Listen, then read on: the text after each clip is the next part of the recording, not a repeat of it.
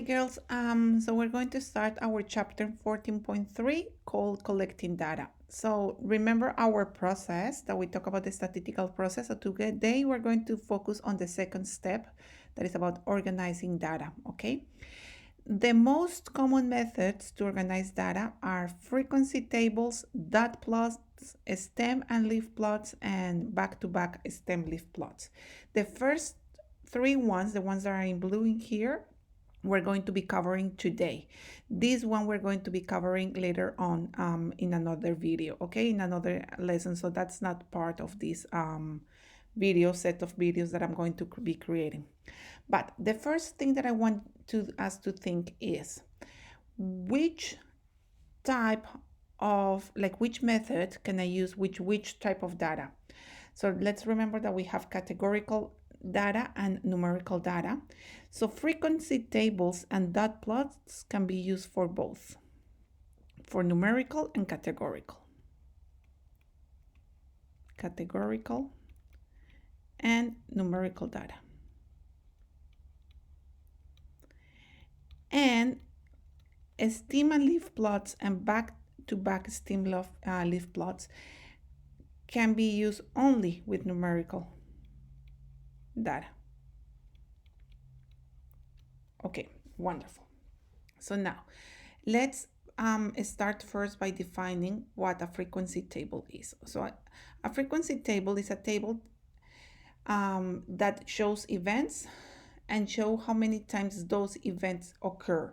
So remember that in statistics, we start with a question always, and we create an experiment or we try to collect data to answer that question. So in a frequency table, we're going to first list the possible events, the possible outcomes that can come. And in the frequency table, we're going to count how many times each one of those outcomes happened. So let's do one example because it might be more clear to do it. So it says, the following is a result of a survey of 30 students showing the number of people, I'm going to highlight this because this is important, the number of people in their family. Okay, so this is what I'm interested to know, how many people are in their family. So I'm going to create here my table and I'm going to create here. So this is going to be, hold on, I'm going to make this a little bit, sorry girls. I'm going to make this a little bit bigger. Okay, there you go. Number of people.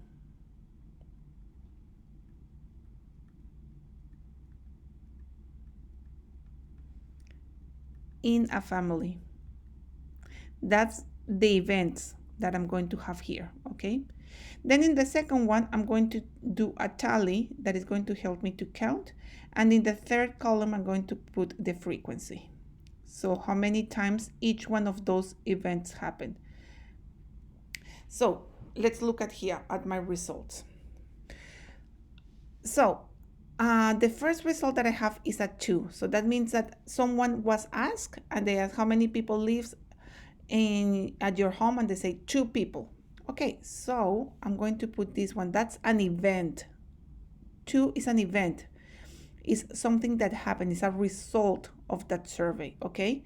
And because I have here these 2, I'm going to count it once. And look what I'm going to go. I'm going to go through this list that I have up here, and I'm going to count all the 2s that I have. So I'm going to cross them. I have here 1, another 2 here,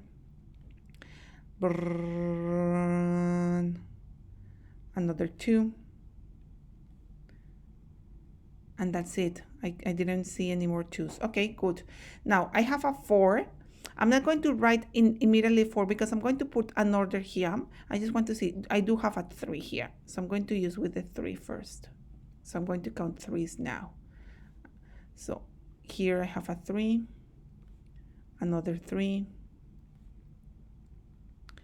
another 3. I'm just using a different color so that it helps me to do it more visually. Okay. No more 3s. Wonderful. What other event, what other result came up? A 4. So I'm going to put it here, a 4.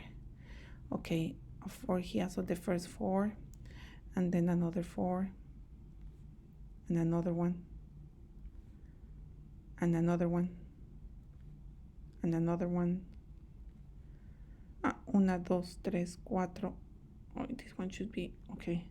Another one, so this one I'm crossing, there's 5. Okay, good. Another one, and another one. Did I did it right? 1, 2, 3, 4, 5, 6, 7, 8, and I missed one here, 9. Okay, good. So I have 9. Good. Then 5. Sorry that this is taking long, but this is the same process that you should be doing. So I recommend that you pause here and count, and you try to continue doing it by yourself, and then we see at the end if we get to the same answer. Okay, so 5 will be 2, 3, 4, 5, 6, and 7. Wonderful. Then 6, it's 1 there, then 2 more, and another one. Good. Then I have a 7. Yep, 1 7 only, and then 1 8. Beautiful.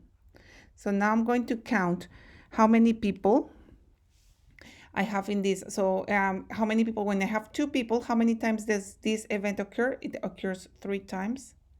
This one occurs 5 times. This one I already counted 9, 7. This one 4. This one 1, and this one 1. Okay, let's count the total here. So I'm going to add this up. So here I have 10, and here 8, 18, 18, 19, 19 and 7, 26, and 4, 30. So here I'm going to write the total is 30. Okay, fantastic. So, and that works because they say that they was a survey of 30 students. So this is a way of checking this 30 has to add up with the frequency that I have here. It did add up, so I know that I did it correctly. So in the next video, I'll do another example and we will continue working from there. Thank you, girls.